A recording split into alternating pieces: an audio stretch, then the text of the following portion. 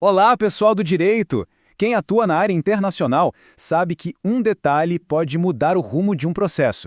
E quando o assunto é sucessão, envolvendo a Itália, a adoção de maiores tem regras bem específicas.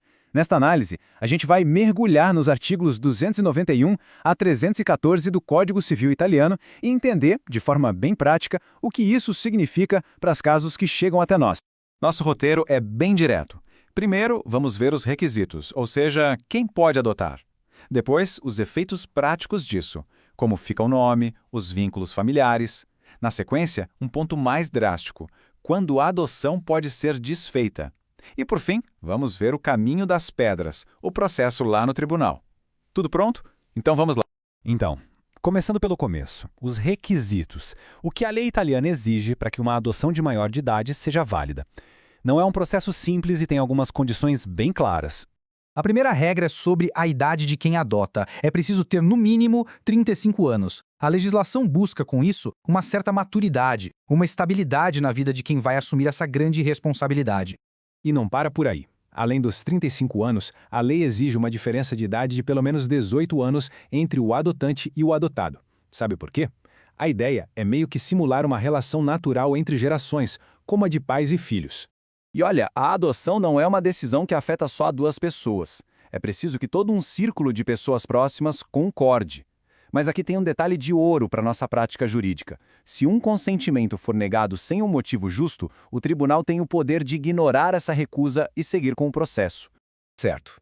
Digamos que todos os requisitos foram cumpridos e o juiz deu a sentença. E aí, o que muda na vida dessas pessoas a partir daquele momento? Vamos ver agora os efeitos jurídicos.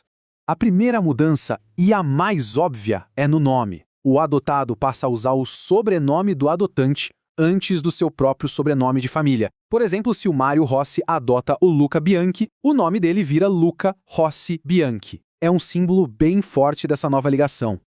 Agora, atenção aqui, porque este é talvez o ponto mais importante para nós, advogados brasileiros. Diferente da adoção de menores, na adoção de maiores na Itália, os vínculos com a família de origem não são cortados.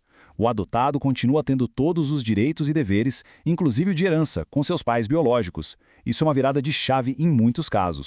E por falar em herança, a lei tem uma proteção bem interessante. O adotado sim passa a ter direito à herança do adotante, como se fosse um filho biológico, mas o contrário não é verdade. O adotante não herda do adotado. Isso serve como uma salvaguarda para evitar que a adoção seja usada só por interesse financeiro. Em princípio, a adoção é um laço definitivo, mas a lei prevê situações muito extremas, muito graves, em que esse vínculo pode ser quebrado. É o que se chama de revogação por indignidade. E o que a lei considera como um ato indigno? Bom, a gente está falando de coisas realmente pesadas. Atentar contra a vida, cometer um crime grave, com pena de mais de 3 anos. São atos que tornam a convivência e o respeito simplesmente impossíveis. A lógica é bem clara, né? Se o adotado comete um desses atos gravíssimos contra a pessoa que o acolheu, o adotante pode pedir na justiça a anulação da adoção. É uma medida de proteção pura e simples. E claro, essa proteção vale para os dois lados. Se quem comete os atos graves é o adotante, o adotado também tem o direito de ir à justiça e pedir para desfazer o vínculo. A lei deixa claro que essa relação tem que ser uma via de mão dupla no respeito. Ok, já vimos a teoria, mas como tudo isso acontece na prática, lá no dia a dia de um tribunal italiano? Vamos dar uma olhada no passo a passo do processo judicial. O caminho é bem estruturado.